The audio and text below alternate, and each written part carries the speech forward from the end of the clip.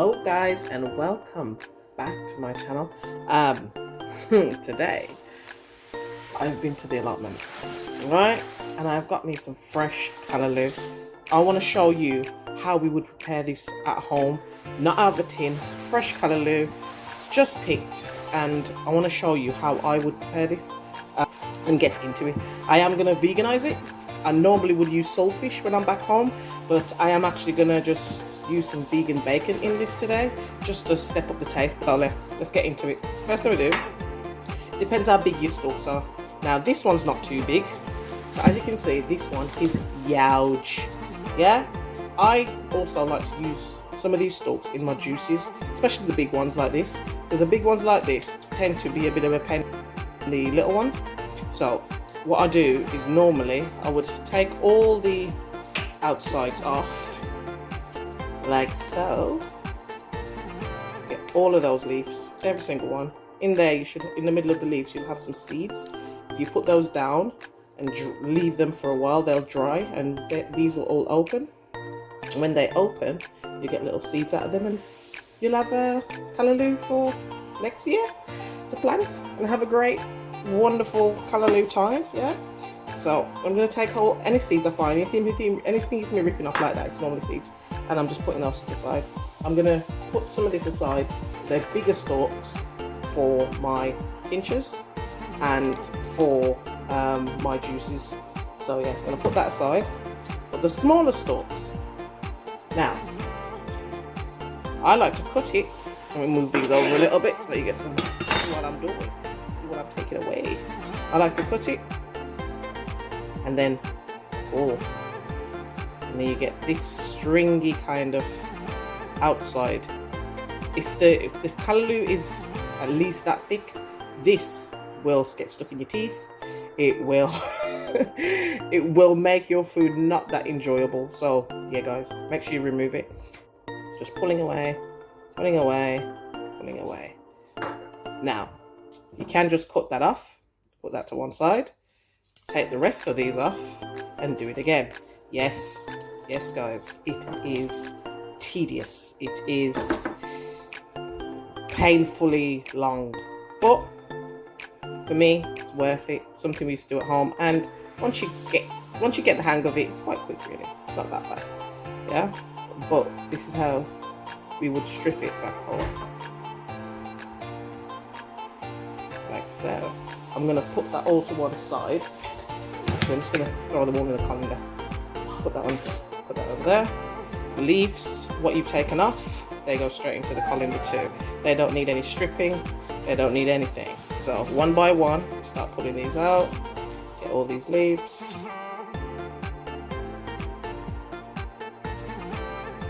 Young callaloo this is older callaloo. Young callaloo, the stalks are tender, so tender. Like the baby callaloo, you don't actually need to do anything. So the baby callaloo is probably going to be your best bet if you're not used to doing this, or if you don't want to do this.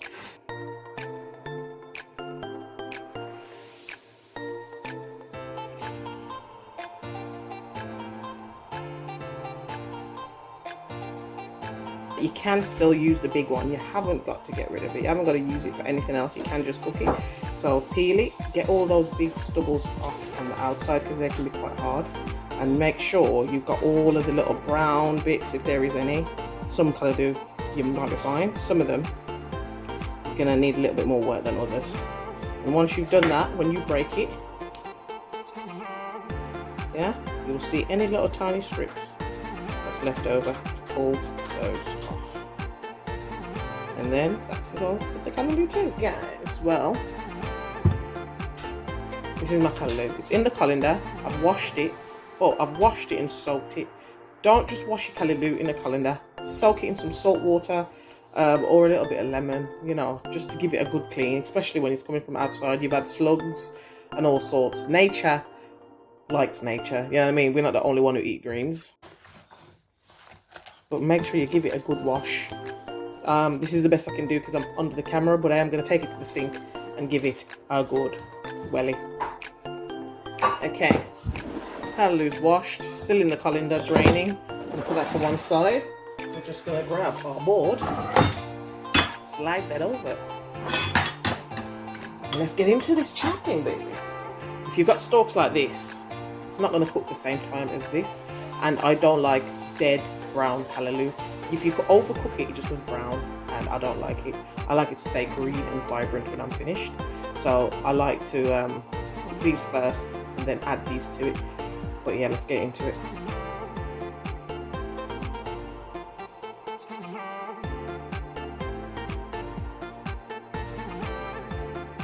The little stalks on the leaves, like these or these, you know, like even this, that can stay. You don't need to take these off.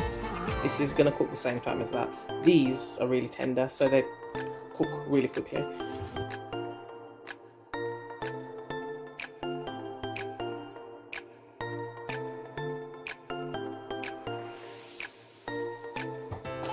Now, if you don't mind cooking down your callaloo till Thy Kingdom Come, Thy will be done on earth as it is in heaven. If you don't mind that, then you can put it all in together and just let it all cook. When your stalks is cooked, that's when it's ready. Yeah, you don't have to do this bit. You can just put it all in together. Okay, get these into a bowl. Stalks done. Yay. I'm getting excited already, guys. Can you tell?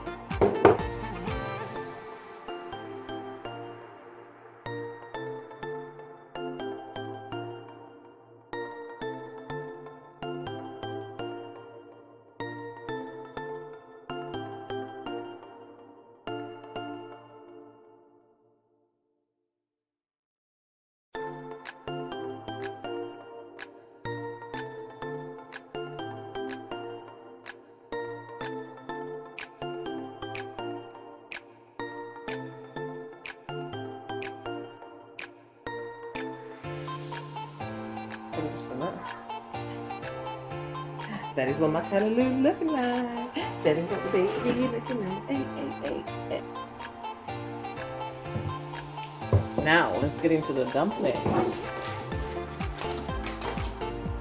Normally it works 3 cups of flour to 1 cup of water. Okay, so in here, this bowl, I have 3 cups of flour. Oh, can't get this right out. Oopsies. 4. That's straight in. I'm just going to rest that there. And on top of that, I'm going to add 1 teaspoon of baking powder. And I'm using a plastic spoon, guys, because baking powder and metal for some reason doesn't agree. And salt, so I'll put the salt on the outside. 1.5 teaspoons, because baking powder can be quite salty. Right, I'm going to put that on the outside so it doesn't touch each other, and then we just tap the side. I hold it to the side and tap the side, that works for me. You do it however. I like to strain my flour because it makes the dumplings fluffier.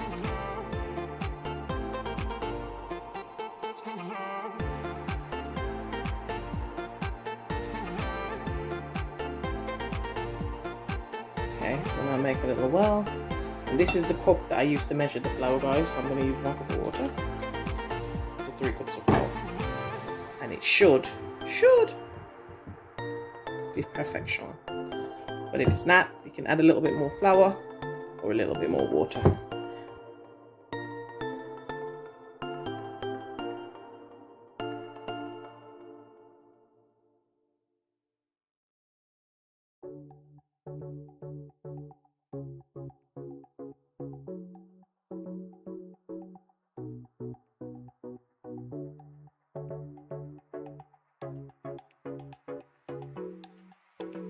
Yeah, so see, compared to how lumpy it was, see how smooth it's becoming? That's what you want. You want it to be nice and smooth. So smooth. just like a silk saffron. Sorry. Stop.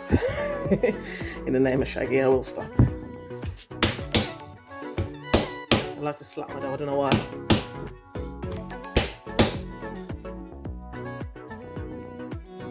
Hey. Now I'm just going to leave that sit outside the fridge. A lot of people put theirs in the fridge. I don't. I'm going to keep this outside the fridge. I am going to cover it though with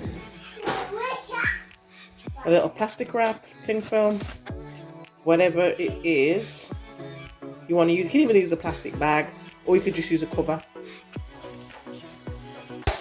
If you've got like a bowl that's got its own cover, you can just use that. I just like, this is just how I've always done it. Bit of plastic wrap just over the top, bung it back in the bowl, and we're going to leave that, and we're going to get onto our callaloo. Ooh. Okay, let's move on, baby. Let's move on. But this is the bacon I'm using. This is actually from Aldi. But yeah, this is the bacon I'm using. It's a vegan bacon, but I'm using the frozen bit. I'm just showing you this so you know what I used. Okay, okay. This is going to be my main ingredients. I am going to add some seasonings, which is just some paprika, some black pepper, a little bit of the old pimento, because I love me some pimento in everything, man. I'm going to use a vegetable stock cube, but I've also found this. Well, I was introduced to it too by a friend. It's in most supermarkets. It's a vegetable seasoning, universal vegetable seasoning, no added preservatives or flavors.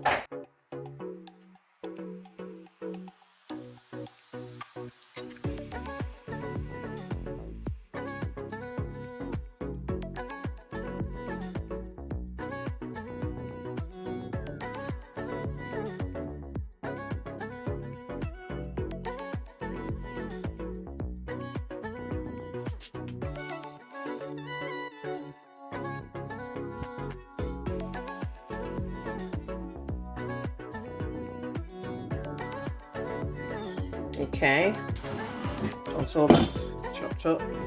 I like to use a wok for my callaloo because of how quick I'm going to do it. Everything wants to be nice. I want my callaloo to be like fresh, as I said. I don't want it to be a whole heap of just... Yeah, so I'm going to use a wok to do mine. Let's go to the stove bit.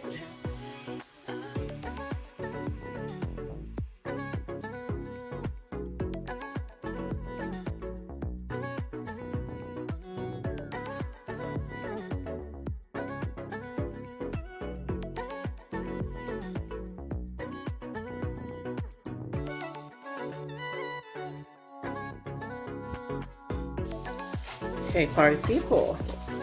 Now this is what might look like. All the seasoning and everything's here.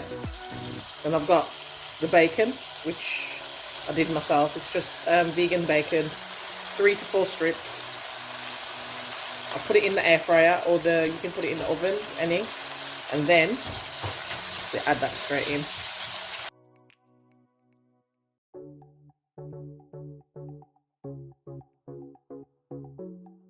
Okay guys, you saw that. You saw it. I put the callaloo in way too early. There's a few little bits still in there. I'm not going to put my hand in there to lose my fingertips. I'm meant to put the stalks in, not the callaloo. So stalks first. Once I put the stalks in, about half a cup of water, not even half a cup, about half a cup of water, and add that to it. Gonna give that a good cover. Low heat, 3 to 4 minutes, and leave that alone. See, everybody makes mistakes. Everybody makes mistakes. Now, and for the Dutchie. This is called Dutchie. She's called my favorite cat in the house. What I like to do is I like to get some coconut oil. A good old half of one of these.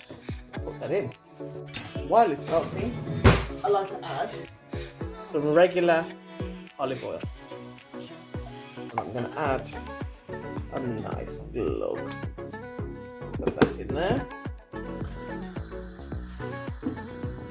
while that's doing that, let's check on our callaloo. So the callaloo is here. Well, the stalks just taking their time doing what they do. And it's been about 2 minutes.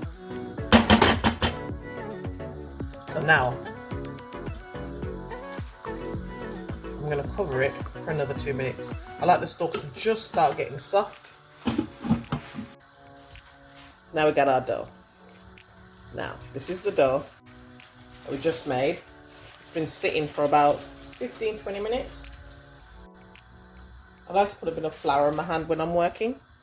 I get about that much. My hand can just sort of close around it. So that. Roll into a little ball. Press. Like so. Just like how I showed you how to make boiled dumplings. Exactly the same. Press the middle. Like so. Now, I'm not going to put this in yet. I am going to make a few more and then put them all in.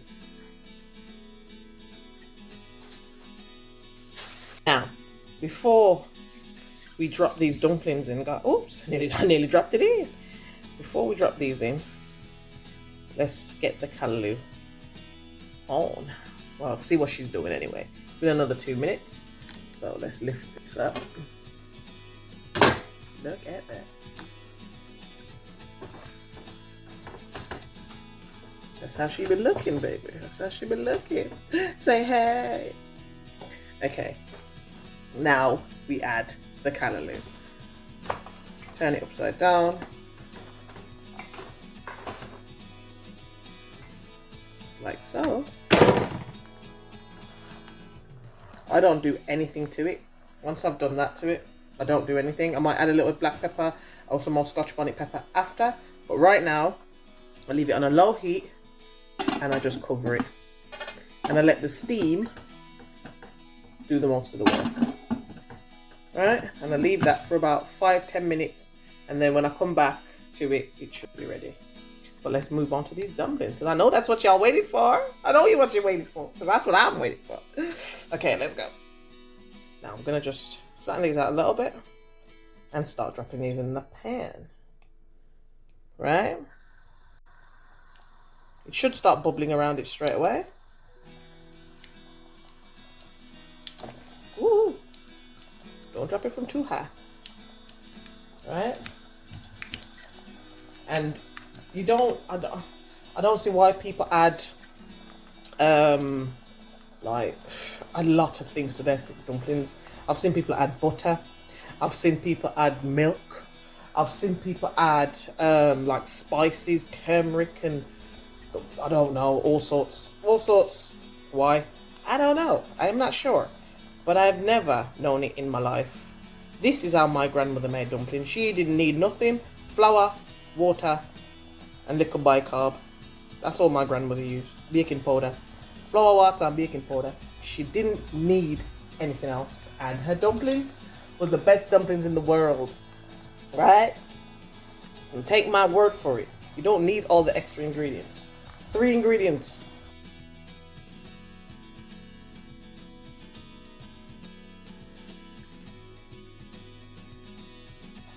Yeah, so guys, as I was saying, do not put these whole heap of ingredients in your dumpling.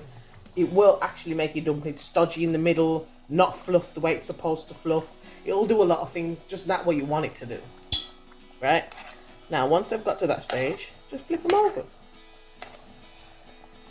Flip them over. And the only reason my oil is frothing like that is because coconut oil and olive oil mixed together, that's what happens. That's the reaction.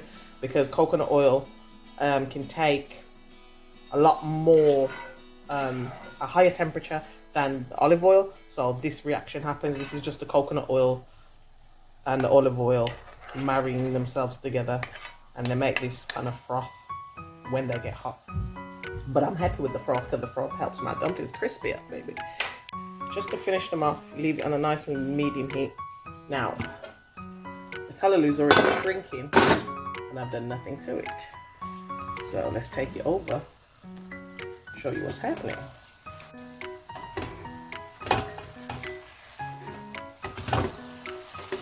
See that? Now all this needs for me is stirring. Just need to mix this all together.